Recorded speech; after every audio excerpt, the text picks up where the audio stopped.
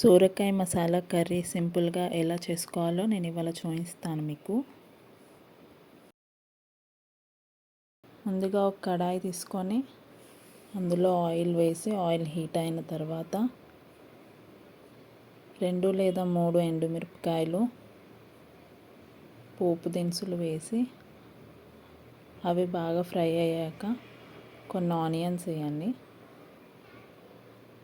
Onions కాస్త మగ్గాక కరివేపాకు, అల్లం వెల్లుల్లి పేస్ట్, పసుపు వేసి అల్లం వెల్లుల్లి పేస్ట్ కాస్త పచ్చివాసన పోయాక సోరకాయ ముక్కలు వేయండి. సోరకాయ ముక్కలు కాస్త ఉడకనివ్వండి. ఇంతలోపు మసాలా ప్రిపేర్ చేసుకుందాం. దానికోసం నువ్వులు, కొబ్బరి, పచ్చిమిరపకాయలు, ఉప్పు వేసి గ్రైండ్ చేసుకుందాం.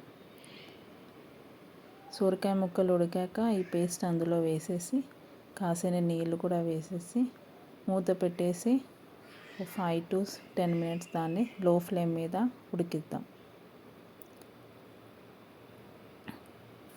5 to 10 minutes తర్వాత సోరకాయ ముక్కలు బాగా ఉడికిపోతాయండి. ఈ టైంలో కొన్ని పాలు పోసి కలుపుకొని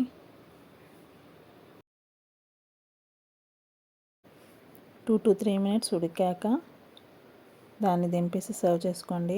చపాతీలో అయినా రైస్లో అయినా ఈ కర్రీ చాలా టేస్టీగా ఉంటుంది. Try once.